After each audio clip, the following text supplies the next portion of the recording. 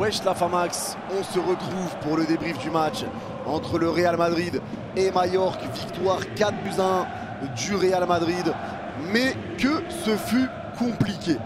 Alors tout d'abord, merci encore une fois à toutes les personnes qui ont suivi le live avec moi. J'ai commenté le match en live, merci à toutes les personnes qui ont été présentes. Et merci à tous ceux qui prendront 2 secondes pour liker ce débrief. Et à ceux qui s'abonnent si jamais le contenu vous plaît. Merci à vous la famille. On va parler rapidement de ce match entre le Real Madrid et Majorque et la victoire 4-1 du Real. L'entame de match a été un peu compliqué pour le Real avec Majorque qui a poussé très vite avec une énorme occasion pour Muriqi dès les premières minutes et une belle parade de Thibaut Courtois. Ça a directement mis le Real dans le bain, on va dire, et ça les a forcés à se mettre dans le bain rapidement. Et au final, le Real a repris l'ascendant de ce match et a dû faire face à un bus de Majorque clairement avec 5 défenseurs derrière. Petit à petit, le Real a imposé son rythme, a imposé son jeu, etc. Mais ça a été un petit peu compliqué de trouver des solutions. Il y a eu des petits éclairs, des petites situations. Mais le Real s'est pris le premier but par Majorque sur un coup de pied arrêté contre le cours du jeu totalement. Et il a fallu un éclair de Valverde, une action magnifique. Il part de sa surface, de devant sa surface. Et il dribble tout le monde. Le but est sur mon Instagram, ceux qui veulent aller le voir. Je le mettrai mon Instagram en description. Il part de sa surface, il passe entre tout le monde, enroulé pied gauche, lucarne.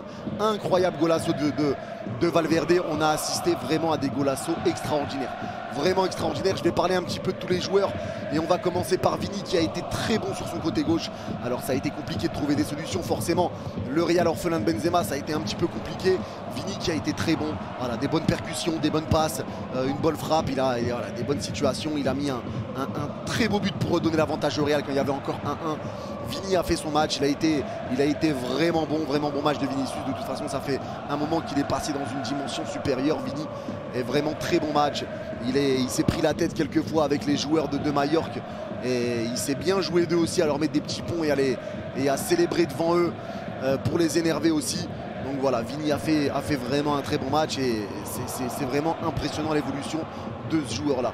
Eden Hazard, malheureusement, a été transparent Eden Hazard. Il avait fait un très bon match contre le Celtic, mais là ça a été un peu compliqué pour lui. On l'a pas beaucoup vu, pas énormément de situations, beaucoup de pertes de balles, dos au but.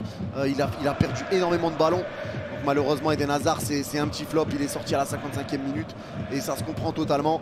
Il a eu encore une chance aujourd'hui de prouver des choses, mais il n'a pas réussi. Et Ancelotti a fait le choix de le sortir et ça se comprend totalement, mais malheureusement Eden Hazard, ça ne s'arrange pas. Pour Rodrigo, ça a été un match qui a été compliqué à la base. Au début, je trouvais Rodrigo vraiment qui faisait pas les bonnes décisions. Il frappait quand il devait pas, il faisait des passes quand il devait pas, il ratait des contrôles dans la surface, etc. Mais sa deuxième mi-temps, et notamment le but justement de Vinicius, où il prend le ballon au milieu de terrain, il reste debout, il garde la balle entre 3 joueurs de Majorque, il met un très bon décalage à Vini qui met un petit ballon piqué. Magnifique ce qu'a fait Rodrigo, sans parler de son but, qui est aussi dans ma story Instagram. Le but de Rodrigo, son festival entre 3 joueurs. Il passe entre 3 joueurs avec un double contact. Il met une feinte de frappe, un joueur qui tacle devant lui, frappe du pied droit. Magnifique, on a eu des golassos de folie aujourd'hui. Alors il s'est très bien rattrapé Rodrigo. Il finit avec un but et une passe D. Magnifique, magnifique Rodrigo.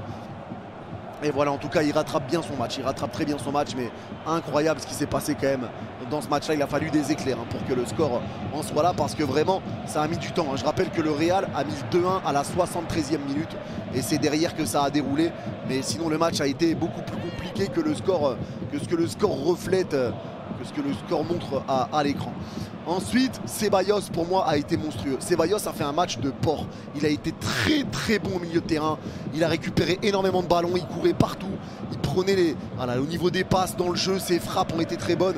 Il a eu des très bonnes situations. Mais sa combativité à ce joueur est impressionnante. Il perdait le ballon entre 2 joueurs. Il arrivait à tacler et reprendre la balle. Le match de Ceballos pour moi a été vraiment pépite. Très bon match de Ceballos.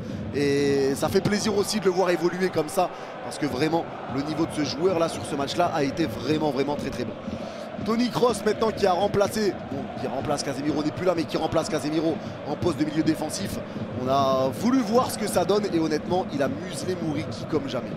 Toni Kroos a fait un super match. des très bonnes récupérations, des très bons replis défensifs. Il montait quand il fallait monter, il restait derrière quand il restait derrière et ses ouvertures étaient juste incroyables. Des très bons ballons de la part de Toni Kroos. De toute façon, on connaît sa qualité de passe. Il a tenté des frappes lointaines qui ont soit passé au-dessus, soit ont été déviées. Mais vraiment très bon match de Toni Kroos. J'ai été choqué de son niveau à ce poste-là de milieu défensif. Il a ratissé des ballons, il a mangé Muriqi sur son duel. Et vraiment top Toni Kroos, rien à dire, super match de sa part. Valverde maintenant, encore une fois Valverde pour moi a fait un très bon match également. Il a été très bon au milieu de terrain, il a apporté énormément, il a fait beaucoup de bien. Encore une fois son but a été stratosphérique, c'est lui qui ramène l'égalisation à la 48e minute dans le temps additionnel de la première mi-temps. Il a été monstrueux Valverde, super match. De toute façon tout le milieu de terrain a été impressionnant. Mais voilà, Valverde aussi a été très bon et c'est fort en sachant que Valverde joue à droite des fois, au milieu de temps en temps. Là il a fait son match, il a été très bon, beaucoup en vue et son but est juste stratosphérique. Donc bon match de la part de Valverde. Et maintenant la défense. Alors la défense à Alaba, je l'ai trouvé vraiment offensif. Il a eu un match un petit peu tendu on va dire Alaba, mais je l'ai trouvé très offensif. Rudiger lui restait beaucoup derrière et Alaba montait beaucoup. Et il essayait de trouver des solutions offensivement, etc. Quelques passes ratées, des situations un petit peu ratées pour Alaba offensivement. Mais voilà, défensivement il a fait le taf. Mais voilà, la défense a été solide. En même temps ils n'ont pas subi. Le Real n'a pas réellement subi. Et donc la défense il n'y a pas vraiment de choses à dire.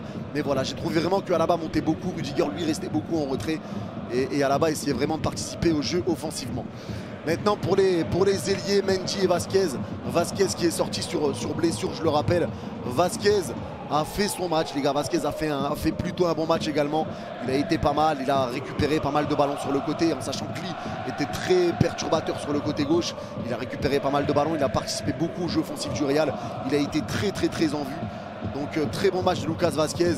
Et pour Mendy, je l'ai trouvé un petit peu plus dans le dur on va dire que Vasquez, sans qu'il ait fait pour autant un mauvais match. Il a essayé de participer pareil aux occasions offensives, mais c'est vrai que j'ai pas vu énormément Mendy proposer des choses offensivement. Mais voilà, ils ont payé les gars, le Real a fait vraiment un bon match. Ils ont pris un but contre le cours du jeu et ils n'ont pas baissé les bras, ils se sont relevés même si c'était à la 35e le but sur un coup franc, un centre et une tête au deuxième poteau. Peut-être une erreur de Courtois de ne pas sortir au deuxième poteau parce que je suis persuadé qu'il peut attraper la balle s'il sort. Il a laissé Muriqi reprendre de la tête qui lui place le ballon sous la barre. Mais voilà, le Real a réussi à faire le taf, ils ont fait ce qu'il fallait et ils récupèrent cette victoire tranquillement. L'entrée de Luka Modric a fait bien évidemment du bien et ça s'est senti. Nacho pareil pour mettre un petit peu d'intensité et Carvajal qui a remplacé Lucas Vasquez qui est sorti sur blessure. J'espère que ça va pas être trop grave pour lui parce que c'est clair qu'au niveau de profondeur de banc c'est pas l'assurance tout risque du côté du Real. Mais voilà, en tout cas n'hésitez pas à me dire vous ce que vous en avez pensé en commentaire. Le prochain match que je commenterai ça sera mardi 19h30 pour Bayern Munich-Barcelone. Je compte sur vous pour être présent, ça va être juste incroyable. Et merci encore une fois à ceux qui like et qui s'abonnent. Vous êtes des cracks, prenez soin de vous tout le monde. Bye bye.